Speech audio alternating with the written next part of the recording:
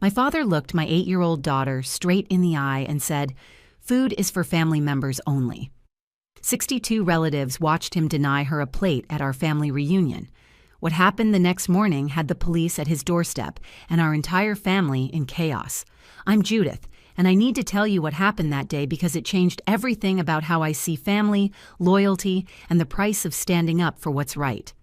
My daughter Brianne had been practicing for weeks to meet my extended family. She'd stand in front of our hallway mirror, smoothing down her dress and rehearsing her introduction. "Hi, I'm Brianne Hoffman. I'm 8 years old and I love horses and chocolate chip cookies." She'd grin at herself, showing the gap where her front tooth had fallen out just a month before. Brianne isn't my biological daughter. I adopted her 2 years ago when she was 6, after fostering her for 8 months. She'd been in the system since age 4, bouncing between homes that treated her like a temporary inconvenience rather than a child who needed love. When she came to me, she barely spoke above a whisper and flinched when anyone raised their hand too quickly. Now she sings in the shower and leaves her artwork all over our refrigerator. My father, Walter, never approved of the adoption. He's the kind of man who ran our local bank branch for 30 years and believes the world operates on strict hierarchies and bloodlines. When I told him I was adopting Brianne, he actually said to me, "Why would you water down our family legacy with someone else's cast-off?" I should have known then what was coming, but I believed that seeing her, meeting her, would change his heart. The morning of the reunion started so perfectly. Brianne woke up at 6, too excited to sleep. "Mom, do you think they'll like my dress? Should I wear the yellow one or the purple one? What if the other kids don't want to play with me?" I French braided her hair while she chattered nervously, her little hands fidgeting with the hem of her chosen yellow sundress. "You're going to be the star of the reunion," I told her, securing the braid with her favorite butterfly hair tie. "Everyone's going to love you just like I do." We drove 2 hours to my parents' property in rural Pennsylvania, Brianne counting red cars and asking me to tell her stories about each family member she was about to meet. "Tell me about Uncle Philip again," she said. "Is he really as tall as a basketball player?" "Even taller," I said, glancing at her in the rearview mirror. "And his boys are going to love having a new cousin to play with." When we pulled into the long gravel driveway, dozens of cars were already parked along the fence. The smell of barbecue smoke drifted through the air, and we could hear music and laughter coming from the backyard. Brianne grabbed my hand as we walked toward the gate, her grip tight with nervous excitement. "Remember," she whispered to herself, "I'm Brianne Hoffman. I belong here." Those words would echo in my mind for weeks afterward, because within 3 hours my own father would look at this beautiful, hopeful child and tell her exactly the opposite. And when he did, when he denied her food and called her a stray in front of our entire family, something inside me snapped. Not in anger, though that would come later, but into a cold, clear determination. You see, Walter Hoffman forgot one crucial thing that day. He forgot that I'm my father's daughter in one specific way. When someone hurts my family, I don't just get mad, I get strategic. And my 8-year-old daughter, with her gap-toothed smile and butterfly hair tie, is absolutely my family. What Walter didn't know as he stood there blocking Brianne from the food table was that his own carefully hidden past was about to come crashing down around him. He didn't know that within 24 hours, his theft would be exposed, his reputation would be destroyed, and the entire family would turn their backs on him. He didn't know that the stray he rejected would become the catalyst for his complete downfall. But I'm getting ahead of myself. Let me tell you exactly how it all unfolded, starting with the moment we walked through that gate and into what should have been a simple family gathering. The annual Hoffman family reunion was supposed to be special this year. After 2 years of officially adopting Brianne, I was finally bringing her to meet the extended family at my parents' sprawling property in rural Pennsylvania. The 5-acre property had been in our family for 3 generations, complete with a red barn converted into a party space and a yard big enough to host our ever-growing clan. Brianne had been practicing introducing herself for weeks. Every morning at breakfast, she'd stand up straight, extend her little hand for a practice handshake, and say, "Hi, I'm Brianne Hoffman. I'm 8 years old, and I'm very pleased to meet you." She'd been in foster care since age 4, bouncing between homes until she landed with me. Before that, her birth mother's drug addiction had left her neglected, often forgotten in her crib for hours. The adoption was finalized 6 months ago, making her legally and lovingly my daughter. My mother, Lorraine, had been supportive throughout the adoption process. She'd driven down to witness the court proceedings, crying happy tears when the judge declared Brianne officially a Hoffman. During our weekly video calls, she always asked to see her newest grandbaby, and she'd sent Brianne care packages filled with homemade cookies and little toys. "Every child deserves a grandmother who spoils them," she'd say, winking at the camera. But my father, Walter, was different. He ran First National Bank's local branch for 30 years before retiring, and he approached life like he approached lending. Everything had to fit into neat categories with proper documentation and bloodline verification. "You're 38 and single, Judith. Why complicate your life?" he'd said when I first mentioned adoption. "Blood is blood. You can't just manufacture family. What happens when you meet someone and want real children?" "She will be my real child," I'd responded, but he just shook his head and changed the subject to property values. The morning of the reunion, Brianne wore her favorite yellow sundress with tiny sunflowers embroidered along the hem. I found her in the bathroom, trying to smooth down a stubborn cowlick. "Do you think Grandpa Walter will like me?" she asked while I braided her hair, weaving the strands into a perfect French braid. "Of course, sweetheart. You're family now," I assured her, though something twisted in my stomach.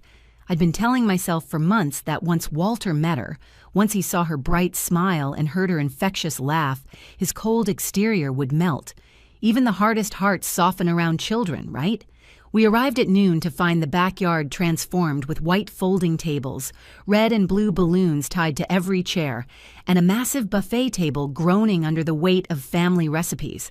My brother Philip was manning the grill, his 6'4" frame hunched over as he flipped burgers with surgical precision. His wife Denise arranged desserts on a separate table, her famous 7-layer chocolate cake taking center stage.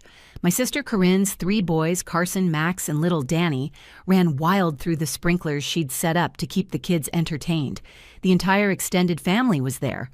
Cousins I hadn't seen since the previous summer mingled with aunts and uncles from 3 states away.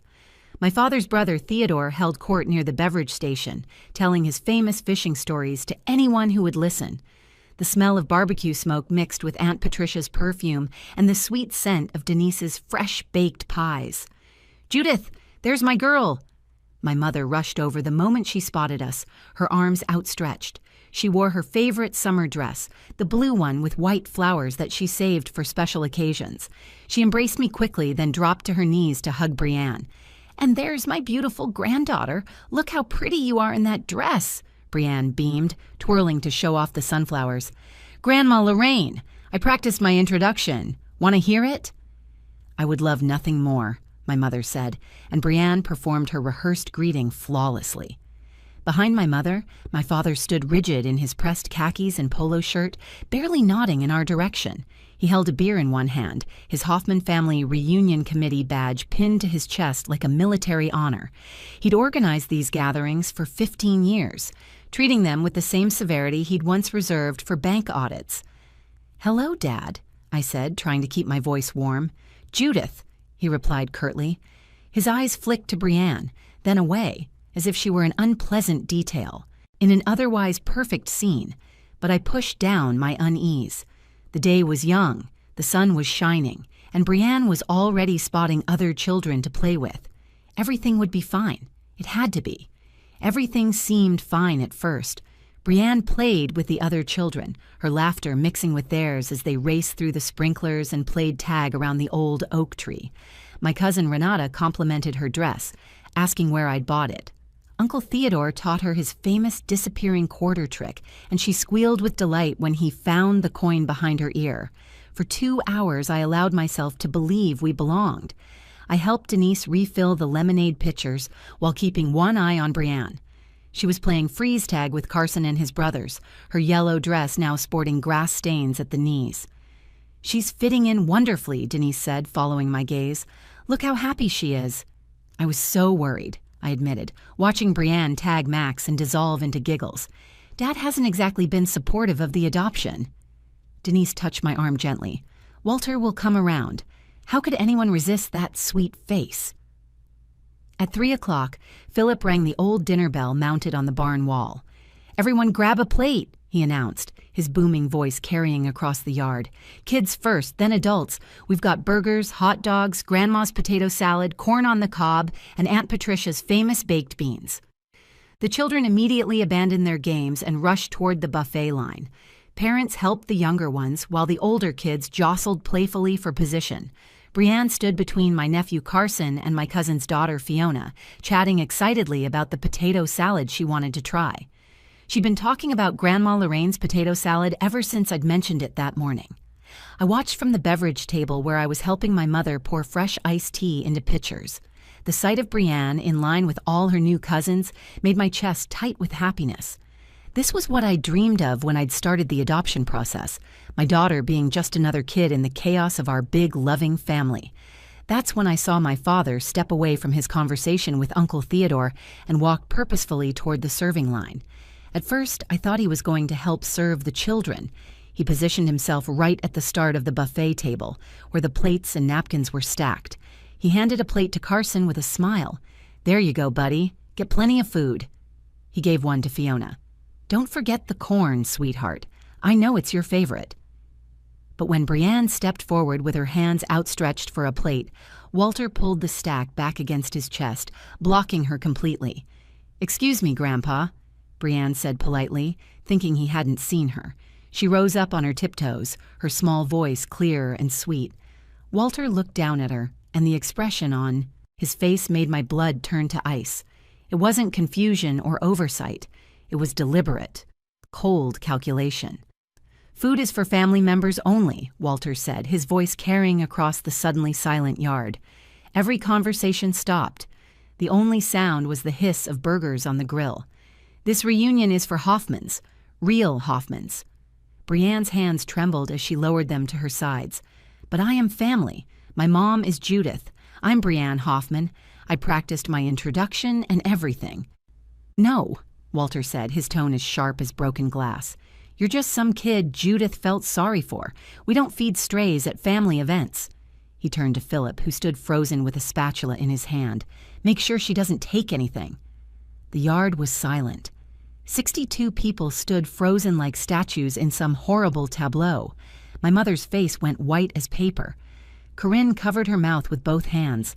Aunt Patricia dropped the serving spoon she'd been holding, and it clattered against the concrete patio. Not one person moved to intervene. Not one voice rose in protest. Brianne looked across the yard and found me, her eyes filling with tears that she was desperately trying not to let fall. "Mommy?" The word came out so small, so broken, that it shattered something inside me. I set down the pitcher I was holding and walked over slowly, my legs feeling like they were moving through water. Each step seemed to take forever. I could feel every eye on me, waiting to see what I would do. Would I make a scene? Would I scream at my father? Would I grab a plate anyway and dare him to stop me? I knelt down in front of Brianne and took her face gently in my hands. Her cheeks were hot with humiliation, and I could feel her whole body shaking.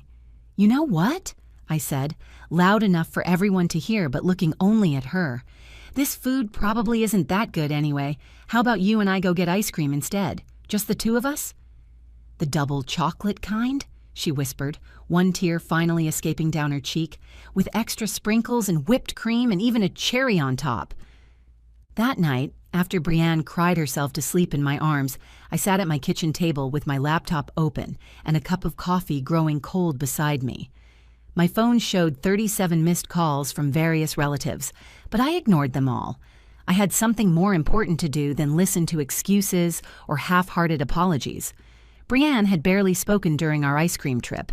She'd ordered her double chocolate cone with extra sprinkles, but she only managed a few licks before pushing it away. "Mom, why doesn't Grandpa Walter think I'm real family?" she'd asked in the car. "I have the same last name. I live with you. The judge said I was a Hoffman forever." "You are real family, baby," I'd told her, gripping the steering wheel until my knuckles went white. "Sometimes adults are wrong about important things. This is Grandpa's mistake, not yours." Now, with her safely asleep, I opened Facebook and found the Hoffman family reunion page my sister managed. 418 members, including extended family across 6 states, business associates of my father's, and family friends who'd attended reunions over the years. Perfect. But first I needed evidence. Raw footage would be worth more than my word alone. I called my cousin Renata. She answered on the 3rd ring, her voice heavy with guilt. "Judith, I'm so sorry. I should have said something. I was just shocked and frozen, and I hate myself for not defending Brianne." "Did anyone record what happened?" I asked, skipping past her apology. I didn't have time for guilt. I needed action. "Actually, yes. Philip's son Devin was live streaming on Instagram for his girlfriend who couldn't make it. He caught the whole thing. He's 17 and horrified about what happened. He already sent me the video without me even asking." "Send it to me now." The video arrived within minutes. Crystal clear audio of my father's words.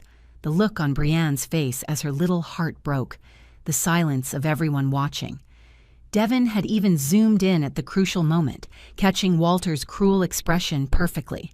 Then I made another call, this one to my mother's sister, Aunt Meredith, who lived in Florida. She was the family historian, the keeper of secrets and old photographs. She answered on the 1st ring. "Judith, your mother told me what happened. I'm disgusted. That poor baby. How is she?" She cried herself to sleep asking why she isn't real family, but Aunt Meredith, I need to ask you something about Walter's past. "What about it?" "Was there ever anything about how he treated family? Any history I should know? Mom mentioned once that Dad had a difficult childhood, but she never gave details." The pause was so long I thought the call had dropped. Then Meredith spoke carefully. "Judith, there's something you should know. Your father isn't a biological Hoffman. My father, your grandfather, adopted Walter when he married your grandmother. Walter was her son from a previous relationship. He was 7 years old." My blood went cold. I actually shivered in my warm kitchen. "What?" "Walter's biological father abandoned them when he was 3. Your grandmother struggled for years as a single mother. When she married your grandfather, Walter was 7 and desperate for a father. The adoption went through when he was 8. "The same age as Brianne," I whispered. "Yes.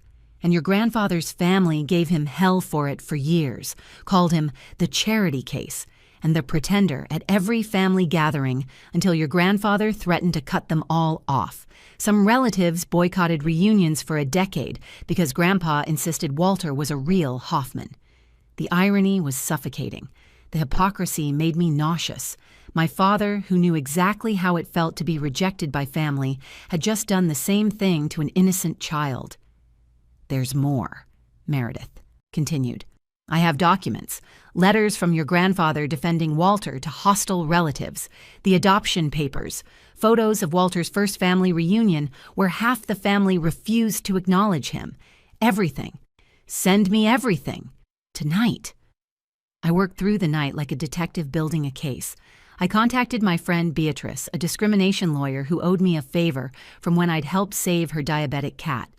I gathered screenshots of my father's Facebook posts over the years, including one from 3 months ago that said, "Real family shares blood. Everything else is just pretend." Then I discovered something else. As treasurer of the Hoffman Family Trust, Walter had access to substantial funds meant for family scholarships and emergency aid. The trust's bylaws, which I downloaded from the state website, specifically stated that adopted children were full beneficiaries. But when I cross-referenced the scholarship distributions with family records, no adopted children had ever received a penny. By 5 a.m., I had compiled everything into a comprehensive file: the video, the documents, the evidence of Walter's own adoption, the trust irregularities, financial records showing suspicious transfers. It was time to light the fuse. At 8 a.m. Monday morning, I posted the video to the Hoffman Family Reunion page with a lengthy caption that I'd revised 12 times to ensure maximum impact. Yesterday, Walter Hoffman denied food to an 8-year-old child at our family reunion, stating food is for family members only and calling her a stray. This child is my legally adopted daughter, Brianne Hoffman. She has been part of this family for 2 years. The attached video shows the incident in full. What Walter seems to have forgotten is that he himself was adopted into the Hoffman family at age 7. He wasn't born a Hoffman. By his own logic, he shouldn't have been at that reunion either. I'm attaching his adoption papers and letters from my grandfather defending young Walter against relatives who called him not real family. But there's more. After investigating last night, I've discovered Walter has been embezzling from the Hoffman Family Trust for 3 years. The reunion yesterday? Paid for with $8,000 from the trust, meant for college scholarships for Hoffman children. All Hoffman children, including adopted ones, according to the trust's bylaws, which I'm also attaching. The trust has awarded $47,000 in scholarships over the past 3 years. Not one penny went to the 3 adopted children in our family who applied. Instead, the money went to a private account Walter controls. I have bank statements proving this. I've forwarded all documentation to the authorities and the trustee board. The district attorney's office opens at 9 a.m. Within 10 minutes, the post had 40 comments. Within an hour, over 200. Family members were horrified, outraged, and most importantly, they were talking. Cousin Renata commented, "I knew something was off when my adopted son's scholarship application was rejected without explanation. Now I know why." Uncle Theodore wrote, "Walter convinced me to donate an extra $5,000 to the trust last year for the children's future. I want my money back." Philip posted, "As Walter's son, I'm ashamed and disgusted. Brienne is my niece. Period. Dad, you're no longer welcome at my home." My phone started ringing at 8:47 a.m. It was my mother. "Judith, what have you done? The entire family is in chaos. Your father is having a meltdown. He's threatening to sue you for defamation." "Everything I posted is true, Mom. I have receipts for all of it." "But the police? Was that necessary?" "He stole money meant for children's education while humiliating my daughter for being adopted, despite being adopted himself. Yes, it was necessary." "Judith, please, can't we handle this as a family?" "We had that chance yesterday, Mom. 62 people watched him hurt my baby and said nothing. You said nothing. Family handling things quietly is how Walter got away with this for so long." By 10 a.m., 2 police officers were at Walter's door with a warrant. I knew because Philip texted me a photo from his parents' driveway. The trust's lawyer called me at 10:30 to confirm they'd frozen all accounts pending investigation and to thank me for bringing this to their attention. At noon, Walter tried calling me directly. I let it go to voicemail. His message was exactly what I expected. "You've destroyed this family, Judith. All for some kid who isn't even yours. I hope you're happy." That afternoon, Corinne called with more information. "Judith, I've been going through the trust records you posted. The $47,000 is just what he took in scholarships. There's another $23,000 missing from the emergency fund. He bought a boat last year, remember? Said business was good at the bank, but he'd been retired for 2 years. By 3 p.m., the story had spread beyond the family. Someone leaked it to our local newspaper's Facebook page. "Prominent retired banker, accused of stealing from family trust after denying food to adopted grandchild," read the headline. The comments section exploded with people sharing their own stories of adoption discrimination. Walter was released on bail at 4 p.m., but the damage was done. The trustee board held an emergency vote at 5 p.m. Uncle Theodore called me with the results. Unanimous decision. Walter is removed as treasurer, banned from any family financial decisions, and required to pay full restitution. We also voted on something else. We're establishing the Brienne Hoffman Inclusion Fund specifically for adopted and foster children in the family. Your daughter's name will be on every scholarship we give. That evening, my mother called again. Her voice was different this time, smaller and broken. "I'm leaving him, Judith. I've already talked to a lawyer. I can't stay with someone who would hurt a child that way, who would steal from his own family, who would betray everything his father fought for when defending him as a boy." "Mom, you don't have to make any decisions right now." "Yes, I do. I stood there yesterday and did nothing while he hurt my granddaughter. I'll never forgive myself for that. But I can do something now. I'm filing papers tomorrow." The last call of the day came from Devin, Philip's son who had filmed everything. "Aunt Judith, I wanted you to know the video has been shared over 10,000 times. People are calling Brienne a hero. They're saying she's the bravest little girl they've ever seen."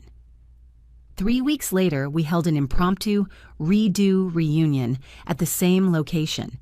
This time, Philip personally served Brienne her plate first, piling it high with her favorite foods.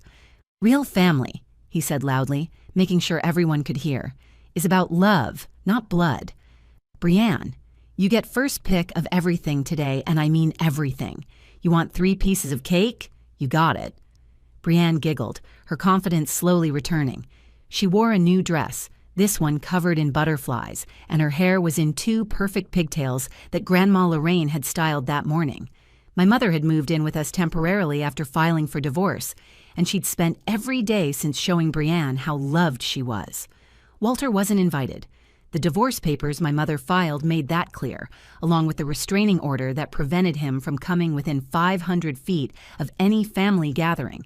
He'd been officially disinvited from every family event for the next decade, a decision voted on by the entire extended family through an online poll that went 117 to 1. The only person who voted for him to stay was Walter himself.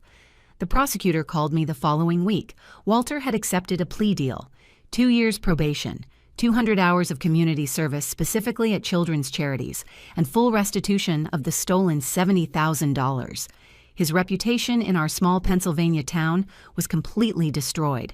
The man who had run the bank for 3 decades, who decided who was worthy of loans and trust, was now the town pariah who stole from children and humiliated his own granddaughter. The local newspaper ran a follow-up story about the Brienne Hoffman Inclusion Fund. In just 3 weeks, family members and strangers touched by the story had donated over $30,000. 3 adopted children in our extended family had already received scholarships for summer camp, tutoring, and music lessons. But the most meaningful moment came last Sunday. Brienne and I were baking cookies with my mother when Brienne said something that broke my heart all over again. "Mom, I knew he would be mean to me that day." I stopped mixing the cookie dough and knelt down to her level. "How did you know, baby?" Because when people say real family, they usually mean not you. I heard it at 2 foster homes before, but now I know better. Real family shows up. Real family shares. Real family stands up for you when someone is cruel. Real family is Grandma Lorraine teaching me to bake. It's Uncle Philip lifting me up on his shoulders. It's Cousin Devin making me a TikTok star. She was playing with a new bracelet my mother had given her, engraved with Brienne Hoffman Forever Family. Every aunt, uncle, and cousin had signed a card that came with it, officially welcoming her to the family and apologizing for their silence that day. "You know what else I learned?" Brienne continued, adding chocolate chips to our cookie dough. "Sometimes the people who hurt others the most are the ones who were hurt the same way. Grandma Lorraine told me about Grandpa Walter being adopted. Maybe he forgot how it felt to be told you don't belong." "That's very mature of you to understand that," I said, amazed at her insight. "I don't forgive him, though," she added quickly. "Understanding isn't the same as forgiving. He's a grown-up. He should know better." She was right, of course. Understanding someone's pain doesn't excuse them passing it on to innocent children. The truth is, Walter was right about one thing. Blood doesn't make family. Love does. Legal documents do. Showing up does. Standing up to bullies does. And sometimes the best families are the ones we choose and who choose us back. My father thought he could decide who belonged. Instead, he learned what happens when you mess with a mother protecting her child. He learned that karma has a way of revealing hypocrites. He learned that secrets buried in shame have a way of surfacing at the worst possible moment. And he learned that in our family, every child gets a plate at the table, especially the ones who've been hungry for belonging their whole lives. Brienne is thriving now. She starts 3rd grade next week, and she's excited about joining the school choir. She hasn't mentioned Walter in days. When someone asks about her grandfather, she talks about Uncle Theodore, who officially requested we call him Grandpa Teddy and takes her fishing every Saturday. Last night, as I tucked her into bed, Brienne said, "Mom, I'm glad it happened." "Why, sweetheart?" "Because now I know for sure who my real family is, and it's way bigger than I thought." She was already drifting off to sleep, but she had one more thing to say. "Mom, tomorrow can we make a thank you video for all the people who shared our story? Devin says we're kind of famous now." And that's the thing about standing up to bullies, even when they're your own family. Sometimes especially when they're your own family. It shows everyone watching what you're really made of, and it teaches your children that they're worth fighting for, always. If this story touched your heart, please like this video and share it with someone who needs to hear it. Drop a comment below about what family really means to you. And don't forget to subscribe to our channel for more powerful true stories that will restore your faith in justice and the power of a parent's love. Thank you for being part of our story family.